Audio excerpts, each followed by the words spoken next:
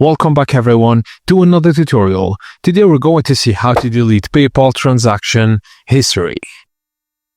Many users ask if they can remove or hide past transactions in their PayPal account. Unfortunately, PayPal does not allow you to delete or erase transaction history, and here's what you need to know. Since 2014, PayPal permanently removed the option to archive or delete past transaction. Every transaction you make will always appear under the Activity tab on the PayPal website or app. Your options are to hide activity by filtering, download your history privately, or delete your PayPal account and close it, the only way to completely remove your PayPal transaction history. Keep in mind that closing an account erases your data but also means you lose access to that PayPal account forever.